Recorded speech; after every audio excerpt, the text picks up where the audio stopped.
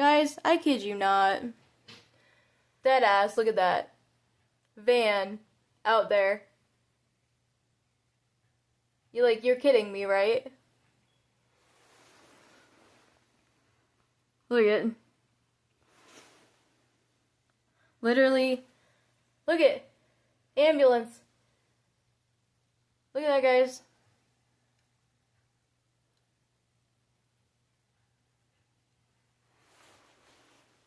These people don't stop. They really don't. Look at that.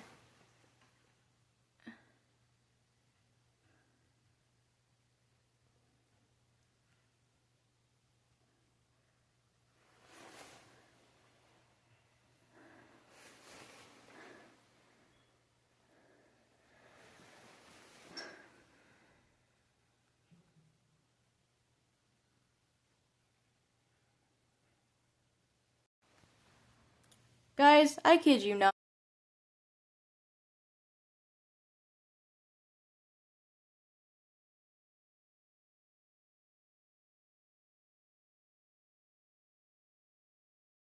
So the video you just saw was of the incident that occurred, I believe it was on December 7th in 2025.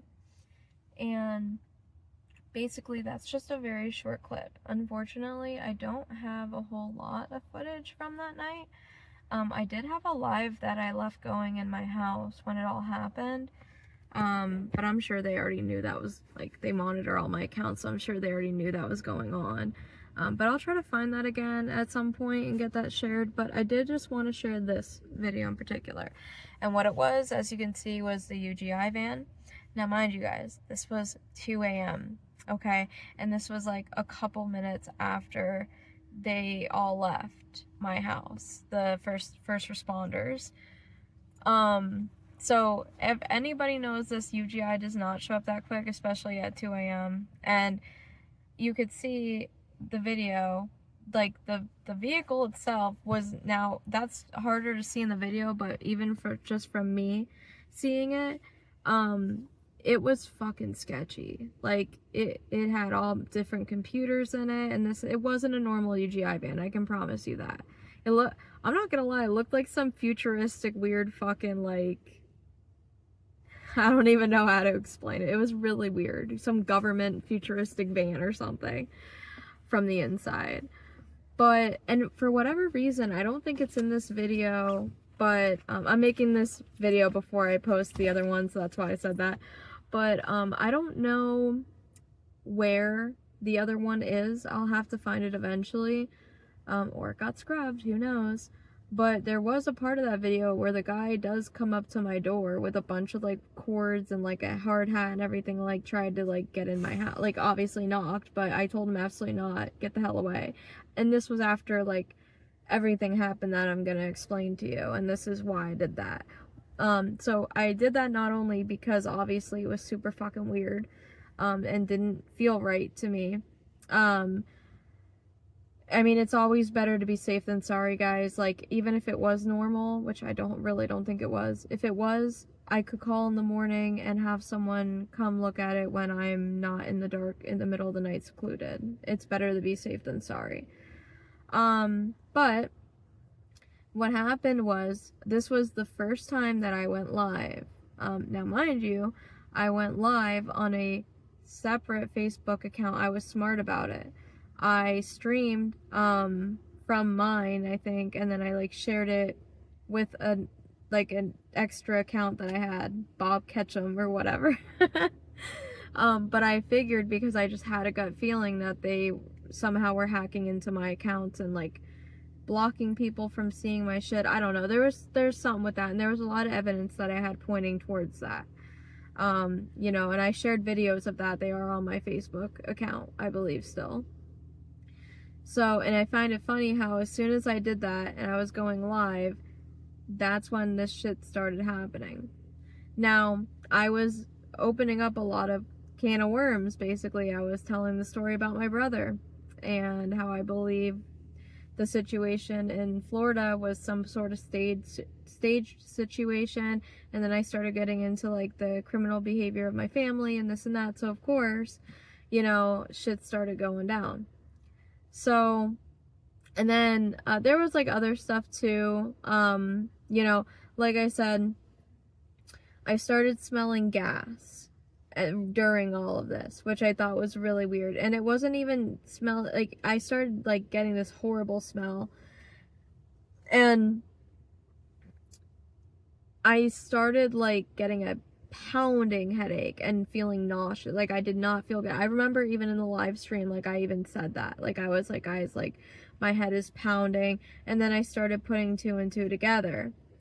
And another thing I noted too, and I don't know if this is related or not, but there was a UGI van that was across the street from me a couple days prior to this, that was at a house that I never see anybody frequent. There's always a lamp on in there, but I never see a car pulled in there. I never see movement in there. And there was a lot of houses like this, guys. It's really weird.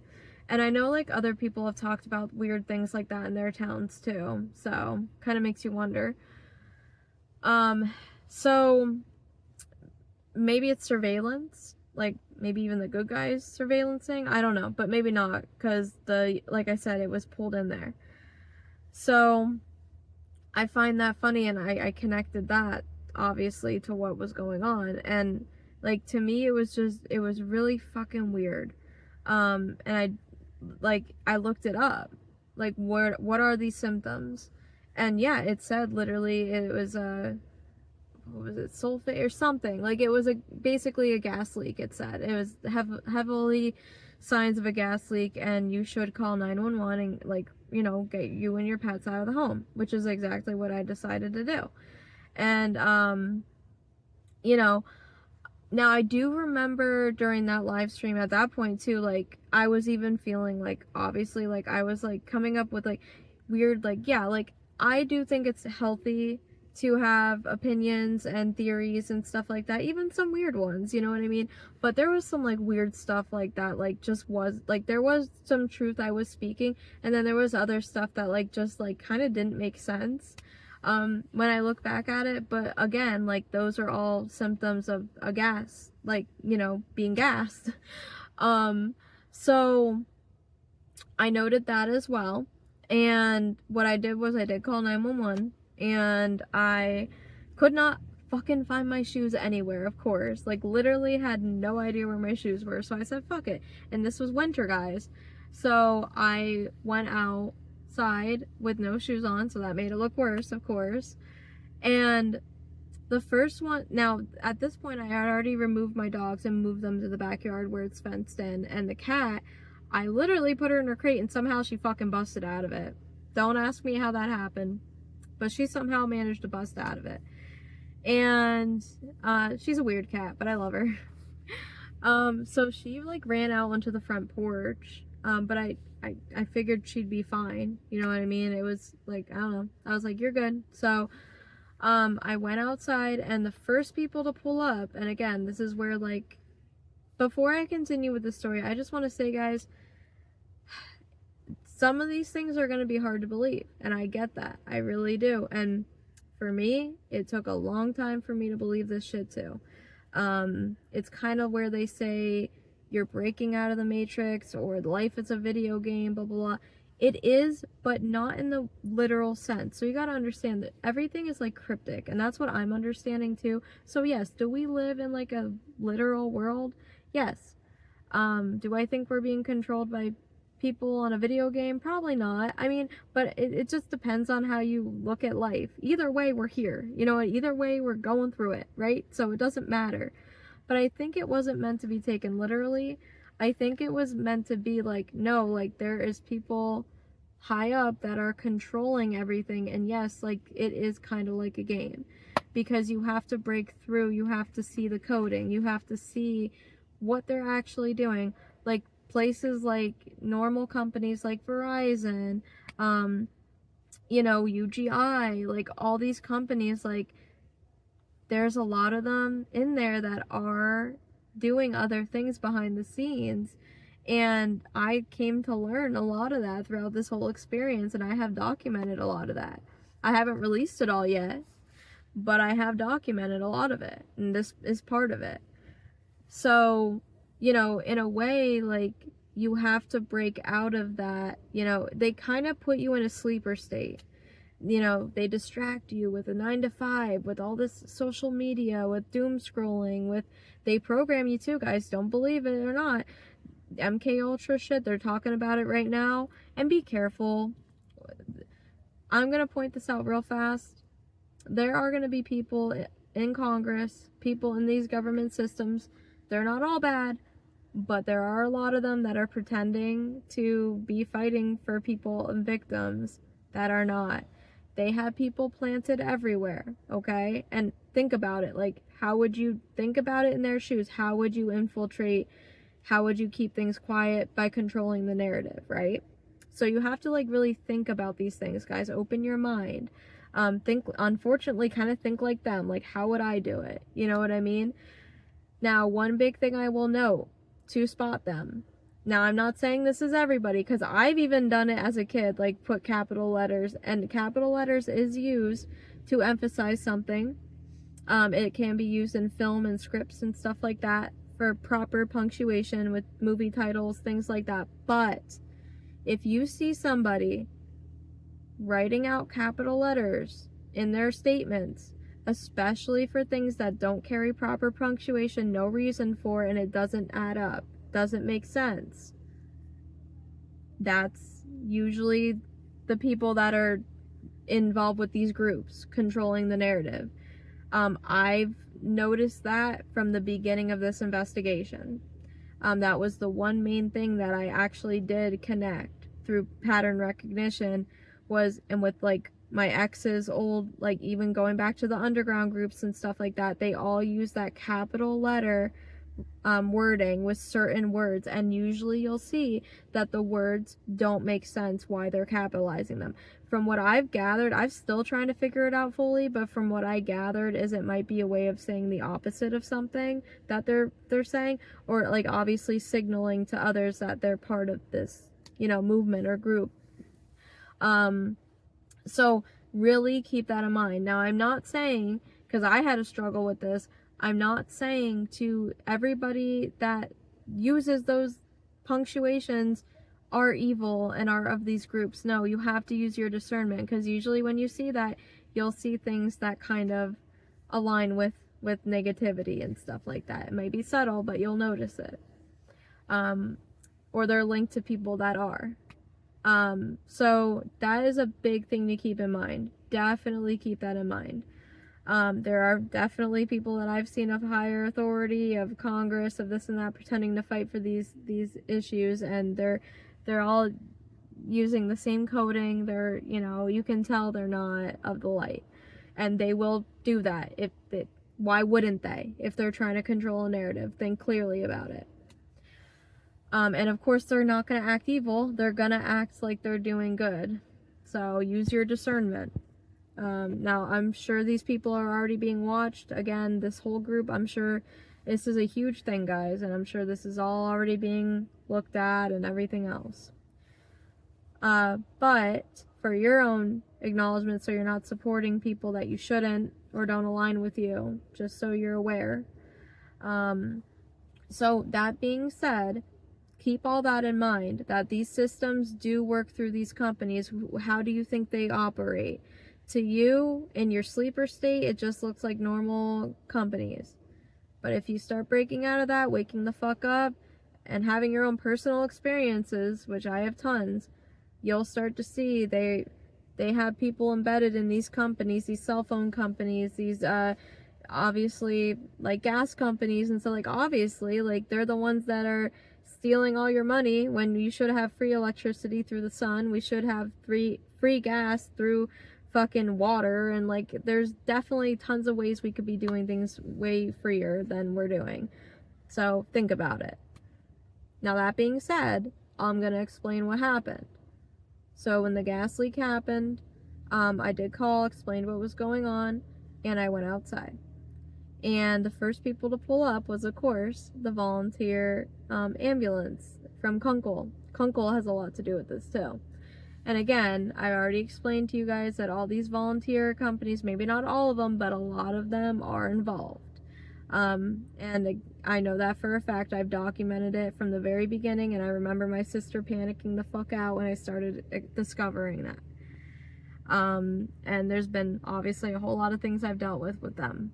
So basically they pulled up and they sat there and they got out. It was a female and a male, I believe, and they got out and they just stood there, like, kind of like just smirking at me.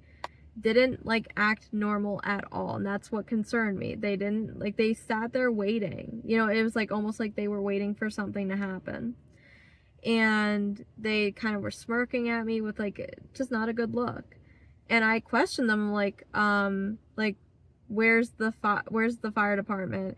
And they're like, they're coming and this and that. I'm like, are you like, it's like, what is your deal? I was like, are you even gonna ask if I'm good? Like, and they're like, are you okay? Like, it was really weird experience.